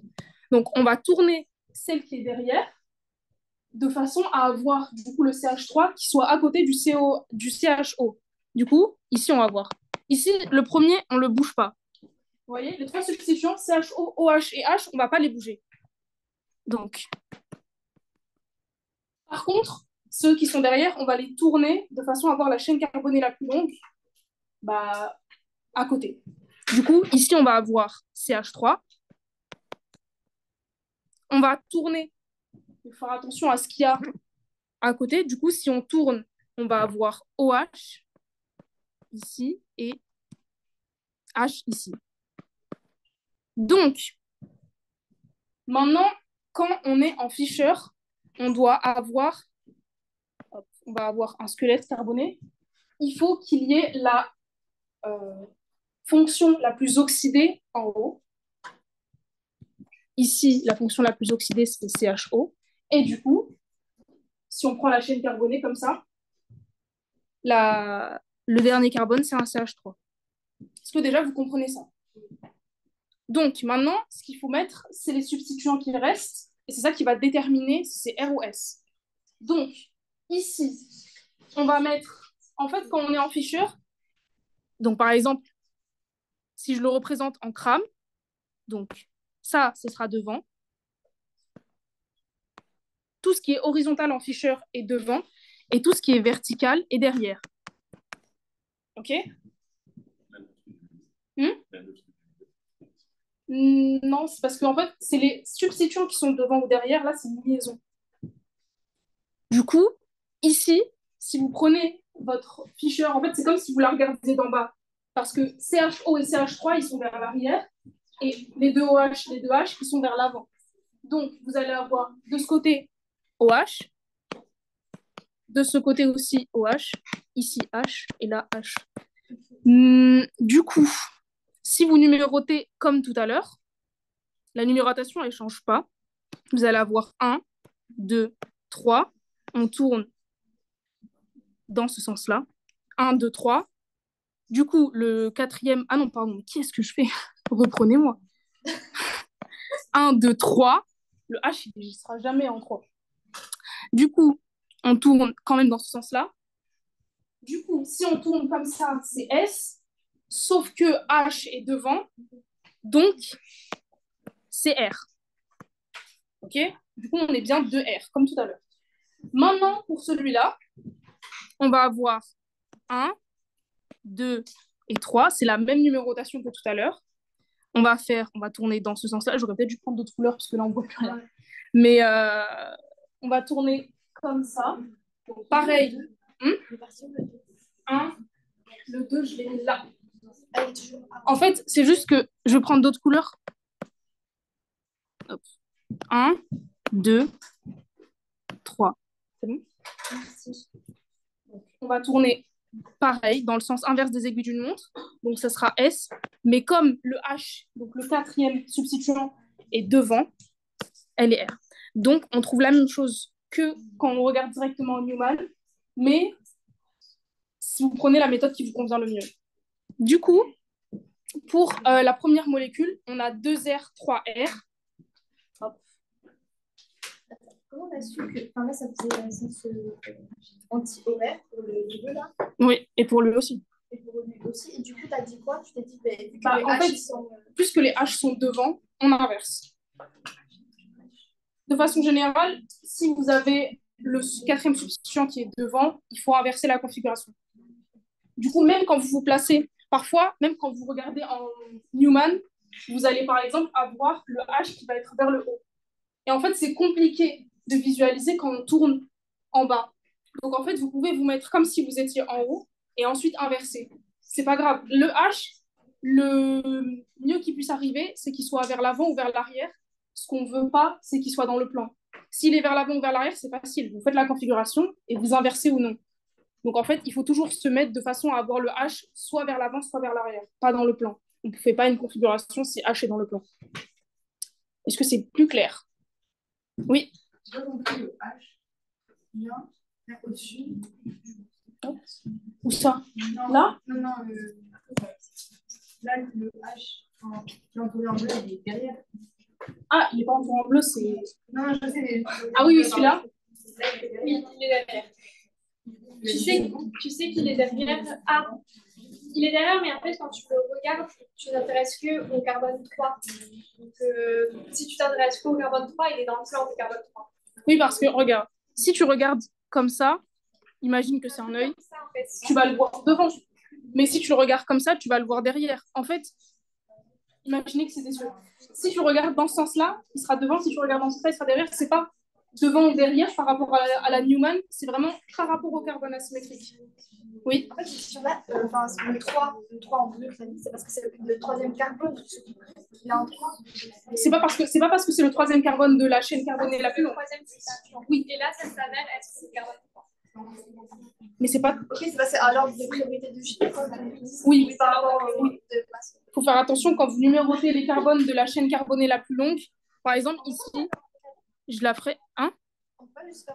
En décalé? Non, mais ça ne changerait rien. Enfin, tu peux, mais si tu regardes comme ça, genre, comme la 6, et après, du coup, on fait l'ordre. Du coup, on voit si c'est horaire ou anti-horaire, en fait. Comme la 6? Oui. Tu peux passer, mais ça, c'est une différente, c'est en crame, là. Si tu arrives à passer de Newman à crame, oui. Mais il faut avoir, du coup, les H soit devant, soit derrière. S'ils sont dans le plan, ça ne va pas t'aider. Mais là, on sait que les H, les devant, ils sont devant, bah non, ça dépend de là où tu regardes. Si tu regardes par là, ce H-là est bien derrière. Mais si tu regardes comme ça, le H, il est devant. C'est en 3D, en fait. Ah, mais si tu regardes en face, c'est dans le plan. C'est pour ça que Newman, c'est un peu plus compliqué parce qu'il faut visualiser la molécule en 3D et regarder. C'est pour ça qu'en fait, quand tu regardes en Fischer, tu t'embêtes pas avec les devants derrière. Mais ça dépend. Non, mais juste pour le... Quand t'as tourné, genre, parce que j'ai... Ça? Non, j'ai violet, là. Oui. Parce que t'as tourné. Ah, et là, en mode, on pourrait regarder comme ça? Oui, juste tourner. Lui, en fait, celui qui est devant, je ne l'ai pas changé. Et celui qui est derrière, le CH3, il était là, du coup, j'ai tourné. Oui. Et grâce à ça, du coup, Et du coup, grâce à ça, en fait, imagine, c'est comme si tu regardais la Newman vers le bas. Du coup, tu as ces deux-là qui sont vers l'arrière et ces quatre-là qui sont vers l'avant. Du coup, tu les mets, ces quatre-là vers l'avant et ces deux-là vers l'arrière. on regarde en bas. Du coup, on passe. C'est quoi les noms? Newman. Newman, Eclipse, Fisher.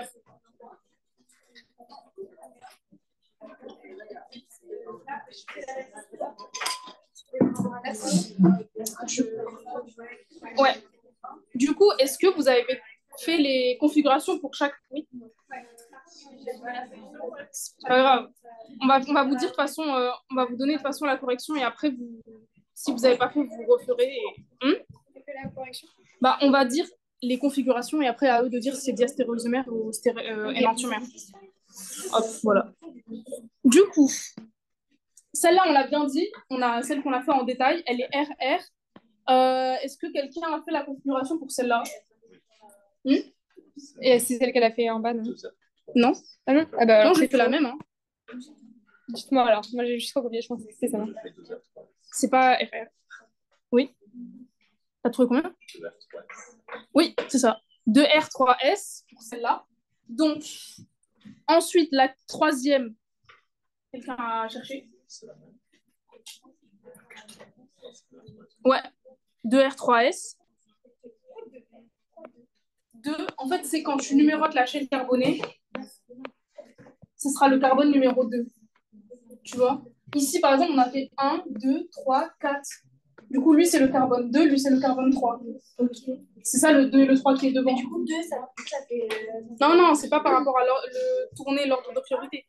Là, c'est par rapport à la chaîne carbonée la plus longue. Et pourquoi il y a un R qui sert à quoi? Ben, le R, c'est pour dire, en gros, c'est la localisation. On te dit le carbone 2, du coup, 1, 2, ce carbone-là, il est R. Ensuite, on te dit le carbone 3, du coup, c'est celui-là, il est S. Parce que si on met juste RS, on ne sait pas de quel carbone on parle. Du coup, pour la quatrième, est-ce que quelqu'un l'a fait? Oui. Oui, c'est celle que j'ai faite quand je suis passée en Fisher. C'est R, 2R, 3R. Et pour la dernière, 2R, 3S. Du coup, et là, non, pas la dernière, il manque celle-là. Du coup, là, elle est en crame. Et c'est aussi 2R, 3S. Du coup, purée. Est-ce que vous pouvez, selon vous, le 1 et 3S, ah pardon, 1 et 6, donc, je voulais... 1 et 6, pour vous, c'est des diastéréoisomères vrais ou faux? Ouais, c'est vrai. Tout ne change pas, donc c'est bien des diastéréoisomères. Oui, on n'a qu'un seul carbone qui change. 2 et 6, pour vous, en fait, est-ce que c'est le même... c'est des stéréoisomères. En fait, il y a les stéréoisomères, et du coup, il y a deux types de stéréoisomères, énantiomères ou diastéréoisomères. Pardon, je te voulais. 2 et 6, pour savoir si c'est les mêmes stéréoisomères, il faut bien vérifier que ce soit la même molécule, enfin les mêmes substituants. Oui, non, mais avant tout, parce que vous pouvez être piégé, on peut vous mettre les mêmes configurations, mais avec un substituant qui change. Ouais, faites attention, il faut bien que ce soit la même. Ici, on nous le dit. Les mêmes atomes dans les molécules. C'est les différentes représentations de la même molécule. Donc, on va avoir les mêmes substituants après la configuration. Oui. Donc, pour vous, vrai ou faux? Ouais. 3 et 4 sont un couple d'énantiomères. Donc, comme on a dit tout à l'heure, on parle bien de couple à chaque fois.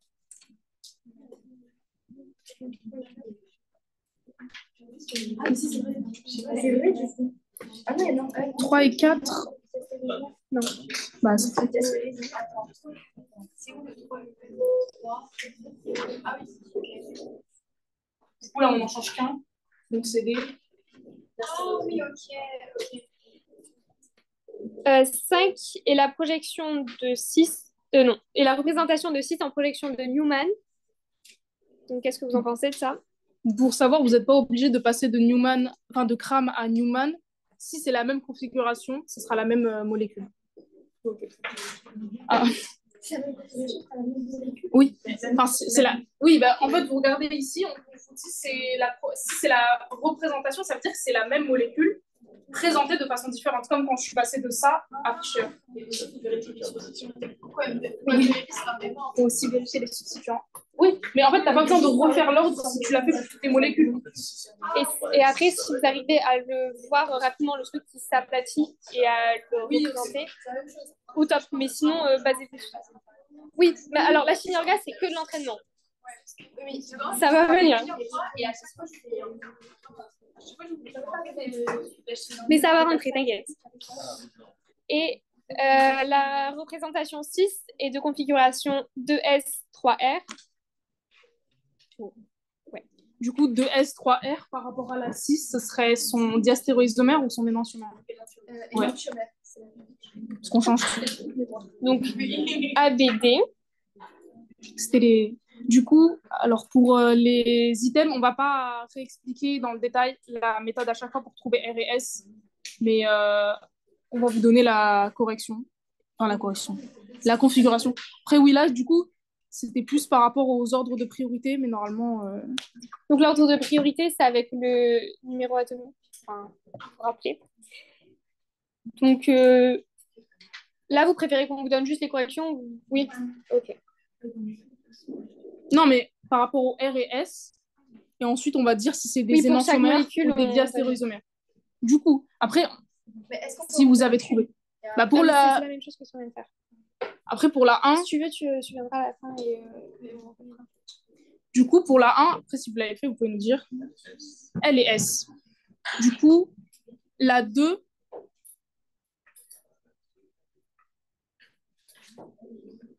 Oui. La 2... Oui, vas-y, non, vas-y. La 2, n'oubliez pas de changer d'où vous regardez la molécule parce que là, c'est la situation la plus embêtante quand il est dans le plan. plan. H est dans le plan. Du coup, ça veut dire quoi dans le plan? En fait, quand c'est une ligne simple, c'est dans le plan. Quand c'est un triangle plein, c'est devant. Et quand c'est des pointillés, c'est vers l'arrière. Du coup, si vous regardez par là, vous pouvez, vous avez H qui est derrière. Vous mettez vers le haut et vous numérotez vos substituants. Donc, S, O, C. Vous tournez et normalement, vous devez trouver R. Est-ce qu'on peut tourner ou pas? Genre, le H, on peut passer au... Oui, tu changes la représentation. Soit tu changes ton regard, soit tu arrives à faire pivoter, mais t'embrouilles pas entre deux substituants en faisant ça, si tu la redessines. Par là. Tu regardes du haut vers le haut. Tu regardes vers l'arrière. Pour avoir H qui est vers l'arrière. Donc en fait, tu vas regarder comme si tu regardais ta molécule de haut. Et ensuite, tu numérotes ton substituant et tu tournes comme si elle était genre en 3D devant toi. Parce que là, elle est dans le plan. Si tu regardes devant, elle sera derrière. Si tu regardes en haut, elle sera derrière. Donc, pour le 3, à votre avis? Ouais. Tout le monde trouve donc S. 3S. Là, H est devant, donc on inverse. Et là, pour la 4, on se retrouve dans une configuration de Newman, mais avec un seul carbone asymétrique. Oui, il faut faire attention. Et c'est celui de devant, au cas où. C'est juste une autre façon de représenter un peu. Voilà. Donc pour vous? Ouais. Et pour la 5? Ouais. Oui. Pour les 5? Ou l'explication ou les configurations? Configuration. Ok. Oui. En fait, ici, là, c'est assez facile parce qu'on a un atome, l'atome qui est directement relié, il est différent à chaque fois. Déjà, on regarde un peu tout, c'est tout le temps la même molécule et dans des configurations différentes. Ici, on fait avec le numéro atomique. L'atome qui a le numéro atomique le plus élevé, c'est S. Ensuite, c'est O, ensuite, c'est le carbone, et à la fin, H.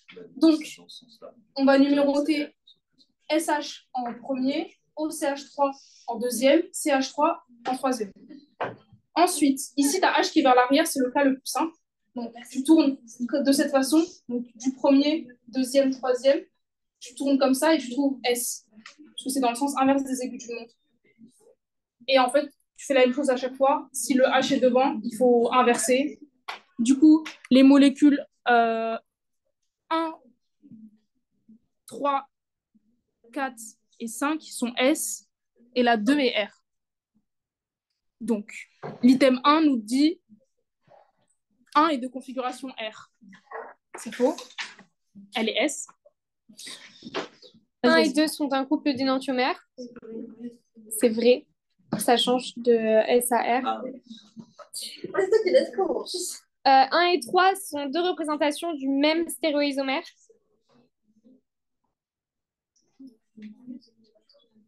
Si on vous dit le même stéréoisomère, c'est que c'est la même configuration. Soit tous les deux R, soit tous les deux S. Pour 1 et 3. C'est vrai. En fait, ils sont tous S. Ils sont tous S, sauf le 2, il est R. Du coup, 1 et 3, oui. Ah, mais c'est la même molécule. Mais si ce n'est pas la même molécule, oui, ce ne serait pas des stéréoisomères. Il faut vérifier, bien sûr. Là, c'est la même molécule à chaque fois.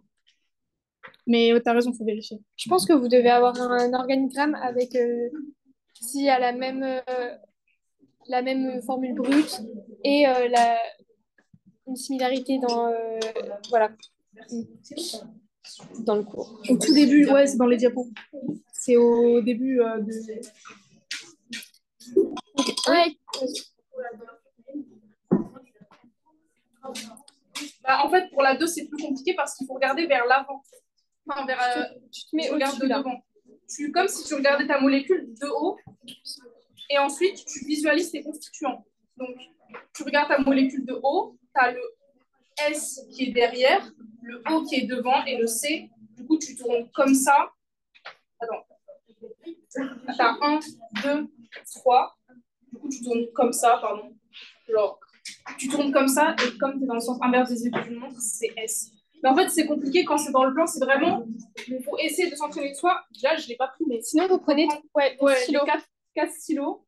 Vous pouvez être comme si c'était au milieu, c'est le carbone, et des 4 stylos, c'est le substituant. Vous essayez de tenir 4 stylos, c'est pas facile, mais vous dites. Elle est R. Oui, elle est R. Ah, pardon, j'ai dit S. Oui, mais je pense que tu regardes. Enfin, parce que tu regardais de l'autre sens, du coup, tu disais il est en avant, donc ça devient. Ah oui. Qui c'est qui parle là 1, 2 et 3. Sauf que du coup, si tu tournes comme ça fait comme ça. Tu le regardes pas comme ça. Essaie de regarder au-dessus. Tu t'imagines dessus. Oui, c'est R. Oui. 1 et 5 forment un couple de diastéréoisomères. Là, est-ce qu'il peut y avoir des diastéréoisomères déjà? Parce qu'on n'a qu'un seul carbone asymétrique. Donc, voilà. Non. Ah, mais c'est bon, quand même. Ah oui, il reste un QCM. Il reste un QCM. Bah ouais, le truc, c'est que c'était sur l'isomérie ZDE. Mais alors, ZDE, je vais vous l'expliquer, mais en 2 entrées en mouvement. 30 secondes. Oh là. Est-ce que vous avez compris l'isomérie ZDE? Parce que là, on vous pose des questions sur RS, mais ça, RS, vous avez compris. Qui n'a pas compris ZDE? Ok. Alors, ZDE, c'est quand vous avez par exemple, un alcène. Donc, vous avez une double liaison et vous avez 4 substituants. ZDE, ça vient de l'allemand, mais en gros, Z, c'est quand vous devez vous dire que E, c'est quand c'est pas ensemble. Donc, il y a un substituant prioritaire au-dessus et un en dessous. Ils sont pas ensemble. Et Z, ils sont du même côté, soit tous les deux en haut, soit tous les deux en bas. Et donc, quand on a une molécule, admettons, c'est un éthylène, c'est la double liaison, elle est sur le premier carbone, donc on dira EZ ou EN. C'est pas le meilleur. Du coup, par exemple, ici, le prioritaire, c'est celui-là. Donc, par rapport à ces deux-là, prioritaire. Ici, le 2 prioritaire, c'est celui-là. Donc, la molécule, elle est E. C'est ça. En fait, vous regardez qui est prioritaire par rapport à ces deux-là. Vous l'entourez. Et si vous mettez qui est prioritaire par rapport à ces deux-là, vous l'entourez. On regarde par priorité, tu veux dire le truc acide carboxylique. Non, en fait, c'est comme quand tu fais les configurations RS. Tu regardes là, c'est un carbone qui est lié à un carbone qui est lié à un OH. Donc, Z, il est dedans. Voilà. Wow. Par contre, là, celui-là, il est faux parce que Mercato, ça devrait être ici. Parce que pour moi, c'était. C'est parce que c'est la question principale de S. Ouais, je crois bien. Ici. Ah oui, ouais. c'est un tube. C'est un tube. Ouais. Voilà. C'est quoi les... Oui, tout est faux. Tous les défauts. Et la correction, vous l'aurez sur la ligne, le détail. Ah oui, le QR code. Super QR code.